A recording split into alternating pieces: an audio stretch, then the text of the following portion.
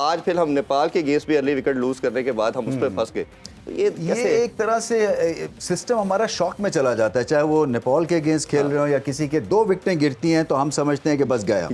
और वो इसलिए भी होता है कई दफ़ा कि आपका मिडिल ऑर्डर जो है वो इतना क्योंकि ख़ास नहीं है कि फिर बाबर आजम ये समझते हैं कि सारी जो चीज़ है माउंट एवरेस्ट उन्होंने अकेले ही सर करनी है, तो वो उस वजह से भी जो है वो प्रेशर में आ जाते हैं। और एक तरह से प्रेशर वो बहुत अच्छा लेते हैं क्योंकि 150 कर दिया, हमेशा क्रंच मोमेंट के ऊपर जो है वो अच्छी बैटिंग करते हैं। मगर थोड़ा सा रिलैक्स होकर इस टीम को खेलना है और ऐसी टीम के खिलाफ नेपाल के अगेंस्ट तो आप एक्सपेरिमेंट कर सकते हैं, आप इम्प्रोवाइज कर सकते हैं, आप वो शॉट्स खेल सकते हैं जो अमूमी तौर पे आप नहीं खेलते क्योंकि आपको पता है कि आउट भी अगर हो गए तो संभाला जाएगा काम। अच्छा, हम मिड ट्रांसमिशन कर रहे थे, इजहार से भी मैं यही बात कर रहा था कि बाबर पहले खेलते हुए तो उनके जो अचीवमेंट्स हैं वो बहुत ज़्यादा है। आपको लगता है कि एक पार्ट जो बाबर में मिसिंग है, नंबर 1 रैंक पे है अल्हम्दुलिल्लाह, हर फॉर्मेट में रन्स कर रहे हैं, चेस करते हुए जो विराट कोहली के क्रेडिट में चीज़ जाती है, कहीं ना कहीं बाबर उसमें लैग करते हैं, जो फिनिश लाइन है उसको क्रॉस करते हुए मसला आता है। ये लगता है जेन्युइन प्रॉब्लम आपको? देखिए, जिस T20 में तो ओपन पे खेलते हैं और वहाँ पे तो बहुत ही ज़बरदस्त वो बैटिंग करते हैं। ODI में थोड़ा सा टेम्पो जो है, हालांकि ये ज़्यादा उनको सूट करता है फॉर्मेट क्योंकि आप रोक भी सकते हैं, आप चौके भी लगा सकते हैं, आप लंबी बैटिंग भी कर सकते हैं। सो एक कंप्लीट परफॉर्मर अभी 28 साल की उम्र है। मैं समझता हूँ कि आगे चल के अभी आपने बाबर आजम को 75% पे ऑपरेट करते देखा है। और अच्छी बात यह है कि बड़े टूर्नामेंट्स में आप ये स्कोर करें, ये बायलैटरल सीरीज़ में रन्स नहीं है, ये एक इंटरनेशनल टूर्नामेंट में स्कोर किया। तो आगे चल के आप देखेंगे कि इनकी रेंज और बढ़ेगी, इनमें पोटेंशियल तो माशाल्लाह से बहुत ज़्यादा है। अच्छा, अगर हम आज ही बात करें उनकी परफॉर्मेंस की भी, बहुत सारे रिकॉर्ड्स भी उन्होंने आज अपने नाम किए हैं, क्या कहेंगे आप? देखिए जी, रिकॉर्ड साज परफॉर्मर है वो। एक दफ़ा मैंने इंटरव्यू में उनसे बात की थी कि आप इतनी लंबी बैटिंग कैसे करते हैं, कि जी मेरे कोच ने कहा था कि आउट नहीं होना। मैंने कहा अगर कोच आपका कह रहा है कि आपने आउट नहीं होना तो बाकियों की बारी कैसे आएगी? मगर ये एक तरह से ना उनके ज़हन में बड़ी छोटी उम्र में ये बात घड़ दी गई थी कि आपने आउट नहीं होना। तो वो जो एक उस थीम के साथ चलते हैं ना, जब आपके फॉर्मेटिव ईयर्स में आपको ये बता दिया जाए ना कि आपने आउट नहीं होना और आपने लंबा खेलना है, तो फिर आप बाबर आजम बन जाते हैं। रवि भाई, कई उन्होंने आज रिकॉर्ड भी अपने नाम किए।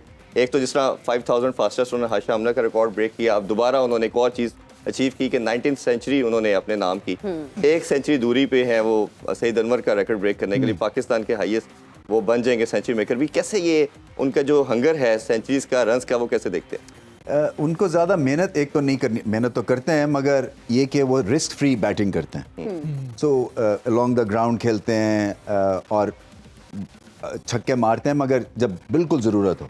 तो जब इस तरह का आपका पैटर्न होगा तो आप में कंसिस्टेंसी होगी। एक चीज़ जो वो लैग कर रहे थे वो स्ट्राइक रेट था। स्ट्राइक रेट उनका इस साल बहुत अच्छा है और जब जीतते रहेंगे तो मेरे ख्याल से और ज़्यादा कॉन्फिडेंस आएगा, क्योंकि ये जो कप्तानी है ना, ये बड़ी एक तरह से एक बीस्ट है। इसलिए कि आप बहुत सारी चीज़ें दिमाग में ले के बैटिंग करने जाते हैं, मगर ये समहाउ जो है अभी तक इनको इफ़ेक्ट नहीं किया, क्योंकि ये एज अ बैट्समैन खेलते हैं। जब वहाँ जाते हैं लीडरशिप में और निखार आएगा इनके। मैं समझता हूँ टेक्निकली और इनको स्ट्रांग होना है, बट ओवरऑल बैटिंग के हिसाब से तो ये सारे रिकॉर्ड तोड़ देंगे। क्योंकि और ये पाकिस्तान की खुश नसीबी है कि तीनों फॉर्मेट्स में ये जीनियस हैं। और दूसरी चीज़ इन्होंने जो की है वो एक हमें सोशल मीडिया के ऊपर स्टेटिस्टिकल एक फ़ैन फॉलोइंग शुरू करवा दिया इन्होंने, स्टैट्स बेस्ड, जो कि पहले इंडिया के पास होता था क्योंकि उनके हिस्टोरिकली सारे प्लेयर्स के पास रिकॉर्ड थे। सुनील गावस्कर या कपिल देव से शुरू हुआ, फिर जो है वो बाबर आजम एंड कंपनी ने अब ये शुरू किया। सो ये रिकॉर्ड साज परफॉर्मेंस। और इससे क्या होता है, जैसे मैंने पहले कहा कि सारे जो हैं वो क्रिकेट को देख के हमारा एक बॉन्ड क्रिएट होता है और बॉन्ड में बाबर आजम की जो इन्फ्लुएंस है इनका, वो बहुत ही ज़्यादा पैरामाउंट है। बिल्कुल ऐसे। महक, आप कुछ क्वेश्चन पूछना चाह रही है रमेशा से? मैंने आपसे बेसिकली पूछना था, अब हम थोड़ा सा बॉलिंग की तरफ चलते हैं। हमने देखा कि पाकिस्तान के जो हाईएस्ट विकेट टेकर थे आज वो थे शादाब खान, और हमने प्री मैच में ये भी बात की थी कि जो पिच है वो सूटेबल है फॉर स्पिनर्स इन प्रिसाइज। हमने पास में भी देखा है कि मुल्तान क्रिकेट ग्राउंड की जो पिच है वो स्पिनर्स को काफ़ी ज़्यादा बेनिफिट एडवांटेज होता है। तो आप इसको कैसे देखते हैं? देखिए, एक तो अच्छी बात यह है कि आपके स्पिनर ने आउट किए हैं, क्योंकि एक तरह से मुझे ये लगता है कि अगेंस्ट क्वालिटी साइड्स हम स्ट्रगल करते हैं। T20 में इसलिए बचत हो जाती है क्योंकि वो दूसरा बैट्समैन जो है वो चांस ले रहा होता है, इसलिए आपको विकेट्स मिल जाती है, मगर 50 ओवर्स में आपको विकेटें लेनी पड़ती हैं। तो इस लिहाज से ये अच्छी परफॉर्मेंस है। हालांकि प्रेशर में आ गई थी जब 3 विकेटें 20 रन पे गिर गई थी नेपाल की, तो फिर आई थिंक आसान लोड था काम का शादाब के लिए, बट इवन देन मैं समझता हूँ कि उनका फॉर्म में होना बड़ा इंपॉर्टेंट है, जी। क्योंकि वो क्रंच मोमेंट्स पे आके बॉलिंग करते हैं, बैटिंग क्रंच मोमेंट्स पे आके करते हैं, और बहुत ही एक आउटस्टैंडिंग अभी भाई हम एक cricketer चीज़ है। बात कर रहे थे शदाब के लिहाज से, हमने देखा कि तमाम बॉलर्स की बॉल जो स्पिन कर रही थी, जैसे एक्सपेक्टेड था कि मुल्तान की पिच में बॉल बाइट भी है, ग्रिप भी करती है, नवाज की नहीं की। पहले शदाब का प्लीज़ बताइए और फिर नवाज के हवाले से बताइए। देखिए, शादाब को प्रॉब्लम्स थे शायद ग्रॉइन में, और उसका इसलिए था कि जो फ्रंट फुट उनका लैंड कर रहा था वो ऐसे क्रॉस जाता है और बॉडी फिर ऐसे आती है, सो वो इतना प्रेशर पड़ता है Yes. ये बैक पे और ग्रॉइन पे कि उसको ठीक नहीं, और इसको आहिस्ता आहिस्ता कदम को सीधे लाने में बड़ा टाइम लगता है आपको, एक्शन अपना रीमॉडल करने में। अच्छी बात ये है कि अब बेहतर हो गए हैं, अब मैचेस ज़्यादा मिस नहीं करते हैं, और फिर फील्डिंग जो है वो उसमें इतनी ज़्यादा वो एनर्जी के साथ डाइवें मारते हैं कि डर ही लगा रहता है कि पता नहीं कुछ हो ना जाए इनको। बल्कि उन्होंने कहा कि भाई बूढ़ा नहीं हुआ। हाँ, नहीं, बिल्कुल सही बात है। और नवाज को थोड़ा सा और गेंद स्पिन करना है, और ये स्पिन मैं समझता था कि या होती है या नहीं होती है। फिर मुश्ताक अहमद से मेरी बात हो रही थी कि क्या मिडल ऑफ द करियर आप स्पिन को अपनी इंक्रीज कर सकते हैं, तो उन्होंने कहा हाँ कर सकते हैं, क्योंकि फॉर अ लेग स्पिनर जो आपका ये जो नॉन लैंडिंग लेग है, ये अगर सेमी सर्कुलर पोजीशन में जाएगी, जितनी ज़्यादा इधर को जाएगी तो आपकी गेंद में उतनी ज़्यादा लेग स्पिनर के स्पिन आती है। अच्छा रमीज, अगर हम बात करें अपने मिडिल ऑर्डर की, तो अक्सर क्रिटिसाइज किया जाता था, ये कहा जाता था कि हमारा मिडिल ऑर्डर जो है वो बड़ा वीक है।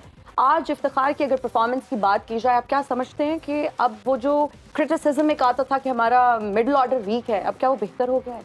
अभी भी वीक है। अच्छा, और ये है वो जो पोलो की मिलती है ना गोली खाने की, उस तरह की है। सो बीच में होल है और इर्द गिर्द जो है ना वो हमने सजाया हुआ है। एंड हमारा अच्छा है क्योंकि फास्ट बॉलर्स और टॉप ऑर्डर अच्छा है, मिडिल में एक बहुत बड़ा होल है। जी स्कोर करने से कॉन्फिडेंस आता है, इसमें कोई शक नहीं है। आप क्लब के मैच में भी 100 रन करते हैं ना, तो आपका बहुत हौसला होता है, बुलंद होता है। तो इसमें तो क्रेडिट इनसे छीनने की बात नहीं है।